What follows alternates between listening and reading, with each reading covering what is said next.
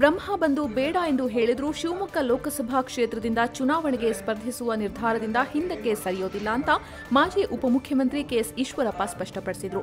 ಶಿವಮೊಗ್ಗದಲ್ಲಿ ಶನಿವಾರ ಪತ್ರಿಕಾಗೋಷ್ಠಿಯಲ್ಲಿ ಮಾತನಾಡಿದ ಅವರು, ಬಿಜೆಪಿ ರಾಷ್ಟ್ರೀಯ ಅಧ್ಯಕ್ಷ ಜೆಪಿ ನಡ್ಡಾ ನನ್ನೊಂದಿಗೆ ಮಾತನಾಡಿದ್ದಾರೆ. ಸ್ಪರ್ಧೆಯಿಂದ ಹಿಂದಕ್ಕೆ ಸರಿಯೋದಕ್ಕೆ ನಾನು ಒಪ್ಪಿಕೊಂಡಿರುವೆ ಅಂತ ಕೆಲವು ಮಾಧ್ಯಮಗಳು ಅಪಪ್ರಚಾರ ನಡೆಸ್ತಾ ಇವೆ. ಆ ಮೂಲಕ ನನ್ನ ಬೆಂಬಲಿಗರಲ್ಲಿ ಗೊಂದಲ ಮೂಡಿಸ್ತಾ ಇವೆ ಅಂತ ಆಕ್ರೋಶ ವ್ಯಕ್ತಪಡಿಸಿದರು. ಇದು ಸ್ಪಷ್ಟವಾಗಿ ಹೇಳ್ತೇನೆ. ಬರೀ ನಿಲ್ಲದಷ್ಟೇ ಅಲ್ಲ, ನಂದು ಚುನಾವಣೆ ಗೆಲ್ತೇನೆ ಈ ವಿಶ್ವಾಸ ನನಗೆ. ಲೋಕಸಭಾ ಚುನಾವಣೆಯಲ್ಲಿ ಚಿತ್ರದುರ್ಗ ಮೀಸಲು ಕ್ಷೇತ್ರಕ್ಕೆ ಸ್ಥಳೀಯರಿಗೆ ಅವಕಾಶ ನೀಡಬೇಕು ಅಂತ ಆಗ್ರಹಿಸಿ ಪ್ರತಿಭಟನೆ ನಡೆಸ್ತಾ ಇದ್ದ ಗುಂಪೊಂದು ಚಿತ್ರದುರ್ಗದ ಬಿಜೆಪಿ ಜಿಲ್ಲಾ ಕಚೇರಿಗೆ ನುಗ್ಗಿ ಕಿಟಕಿಯ ಗಾಜುಗಳನ್ನು ಪುಡಿ ಮಾಡಿದೆ.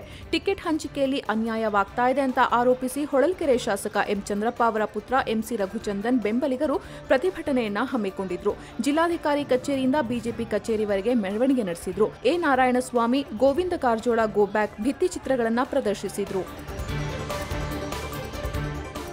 ದೇಶದ ಪ್ರಧಾನಿಗಳ ಪೈಕಿ ಅತಿ ಹೆಚ್ಚು ಸುಳ್ಳು ಹೇಳಿದವರು ಪ್ರಧಾನಿ ಮೋದಿ. ಈಗ ನಮ್ಮ ಗ್ಯಾರಂಟಿಗಳನ್ನು ಕದ್ದು ಅದಕ್ಕೆ ಮೋದಿ ಗ್ಯಾರಂಟಿ ಅಂತ ಹೆಸರಿಟ್ಟಿದ್ದಾರೆ ಅಂತ ಮುಖ್ಯಮಂತ್ರಿ ಸಿದ್ದರಾಮಯ್ಯ ಅವರು ವ್ಯಂಗ್ಯವಾಡಿದರು. ಬೆಂಗಳೂರಿನ ಕೆಪಿಸಿಸಿ ಕಚೇರಿಯಲ್ಲಿ ನಡೆದ ಗ್ಯಾರಂಟಿ ಯೋಜನೆಗಳ ಅನುಷ್ಠಾನ ಸಮಿತಿಯ ರಾಜ್ಯ, ಜಿಲ್ಲೆ, ತಾಲೂಕು ಸಮಿತಿಗಳ ಅಧ್ಯಕ್ಷರು, ಉಪಾಧ್ಯಕ್ಷರು ಮತ್ತು ಸದಸ್ಯರ ಸಮಾವೇಶದಲ್ಲಿ ಮಾತನಾಡಿದ ಅವರು, ನಾವು ಬಿಜೆಪಿಯವರಂತೆ ಕೇವಲ ಭಾವನಾತ್ಮಕವಾಗಿ ಕೆರಳಿಸಿ ನಿಮ್ಮ ಕೈ ಬಿಡಲ್ಲ, ಬಿಜೆಪಿಯವರಂತೆ ಸುಳ್ಳು ಹೇಳಲ್ಲ, ನಿಮ್ಮ ಬದುಕಿಗೆ ಸ್ಪಂದಿಸುತ್ತೇವೆ ಅಂತ ಹೇಳಿದರು. ಅಚ್ಚೇ ದಿನ್ ಬಂತಾ, ರೈತರ ಆದಾಯ ದುಪ್ಪಟ್ಟು ಮಾಡಿದ್ರಾ, ಡೀಸೆಲ್ ಪೆಟ್ರೋಲ್ ಗ್ಯಾಸ್ ಬೆಲೆ ಕಡಿಮೆ ಮಾಡ್ತೇವೆ ಅಂದ್ರೂ ಮಾಡಿದ್ರಾ, ವರ್ಷಕ್ಕೆ 2 ಕೋಟಿ ಉದ್ಯೋಗ ಸೃಷ್ಟಿಸ್ತೇವೆ ಅಂತ ಹೇಳಿದ್ರು ಸೃಷ್ಟಿಸಿದ್ರಾ, ಪ್ರತಿಯೊಬ್ಬರ ಖಾತೆಗೆ 15 ಲಕ್ಷ ರೂಪಾಯಿ ಹಾಕ್ತೀವಿ ಅಂತ ಅಂದಿದ್ರು ಹಾಕಿದ್ರಾ ಅಂತ ಪ್ರಧಾನಿ ನರೇಂದ್ರ ಮೋದಿ ನೀಡಿದ ಆಶ್ವಾಸನೆಗಳನ್ನ ಪಟ್ಟಿ ಮಾಡಿ ಮುಖ್ಯಮಂತ್ರಿ ಪ್ರಶ್ನಿಸಿದ್ರು. ಮುಖ್ಯಮಂತ್ರಿ ಸಿದ್ದರಾಮಯ್ಯ ನೇತೃತ್ವದ ಕಾಂಗ್ರೆಸ್ ಸರ್ಕಾರವು ಎಲ್ಲಾ ವರ್ಗದವರ ಅನುಕೂಲಕ್ಕಾಗಿ ಜಾರಿಗೊಳಿಸಿರುವ ಪಂಚ ಗ್ಯಾರಂಟಿಗಳು ಈ ಲೋಕಸಭಾ ಚುನಾವಣೆಯಲ್ಲಿ ನಮ್ಮ ಅಭ್ಯರ್ಥಿಗಳಿಗೆ ಶ್ರೀರಕ್ಷೆಯಾಗಿವೆ ಅಂತ ನರಸಿಂಹರಾಜ ಕ್ಷೇತ್ರದ ಶಾಸಕ ತನ್ವೀರ್ ಸೇಠ್ ವಿಶ್ವಾಸ ವ್ಯಕ್ತಪಡಿಸಿದರು.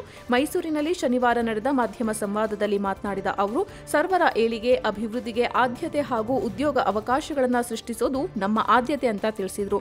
ಜನರೊಂದಿಗೆ ಒಡನಾಟವಿರುವ ಸಾಮಾನ್ಯ ಕಾರ್ಯಕರ್ತ ಎಂ ಲಕ್ಷ್ಮಣ್ ಅವರಿಗೆ ಹೈಕಮಾಂಡ್ ಟಿಕೆಟ್ ನೀಡಿದೆ. ನಾಮಪತ್ರ ಸಲ್ಲಿಕೆ ಬಳಿಕ ಪ್ರಚಾರ ತೀವ್ರಗೊಳಿಸಲಿದ್ದೇವೆ.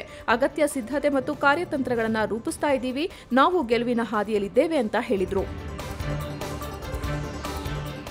ಕರ್ನಾಟಕದಲ್ಲಿ ಲೋಕಸಭಾ ಚುನಾವಣೆಗೆ ಕಾಂಗ್ರೆಸ್ ಪಕ್ಷಕ್ಕೆ ಸಮರ್ಥ ಅಭ್ಯರ್ಥಿಗಳು ಸಿಕ್ಕಿಲ್ಲ. ಸದ್ಯ ಕರ್ನಾಟಕ ಸೇರಿದಂತೆ ದೇಶದಲ್ಲಿ ಮೋದಿ ಅಲೆ ಹೆಚ್ಚಾಗಿರೋದ್ರಿಂದ ಕಾಂಗ್ರೆಸ್ ಗೆಲುವಿನ ಭರವಸೆ ಹುಸಿಯಾಗಿದೆ ಅಂತ ಬಿಜೆಪಿ ರಾಜ್ಯಾಧ್ಯಕ್ಷ ಬಿವೈ ವಿಜಯೇಂದ್ರ ಹೇಳಿದ್ದಾರೆ. ಶನಿವಾರ ಮಾಧ್ಯಮಗಳ ಜೊತೆಗೆ ಮಾತನಾಡಿದ ಅವರು, ಕರ್ನಾಟಕದ 28 ಲೋಕಸಭಾ ಕ್ಷೇತ್ರಗಳಿಗೆ ಕಣಕ್ಕಿಳಿಸೋದಕ್ಕೆ ಕಾಂಗ್ರೆಸ್ಗೆ ಒಬ್ಬರು ಸಮರ್ಥ ಅಭ್ಯರ್ಥಿಗಳು ಸಿಕ್ಕಿಲ್ಲ. ಹಾಗಾಗಿ ಸಚಿವರ ಮಕ್ಕಳಿಗೆ ಬಲವಂತದಿಂದ ಟಿಕೆಟ್ ನೀಡಲಾಗಿದೆ ಅಂತ ಟೀಕಿಸಿದರು. ಲೋಕಸಭೆ ಚುನಾವಣೆಯಲ್ಲಿ ಬಿಜೆಪಿಗೆ ಅಭೂತಪೂರ್ವ ಗೆಲುವು ದೊರೆಯಲಿದೆ, ಮತ್ತೆ ಬಿಜೆಪಿ ಅಧಿಕಾರದ ಗದ್ದುಗೆ ಏರಲಿದೆ ಅಂತ ವಿಶ್ವಾಸ ವ್ಯಕ್ತಪಡಿಸಿದರು.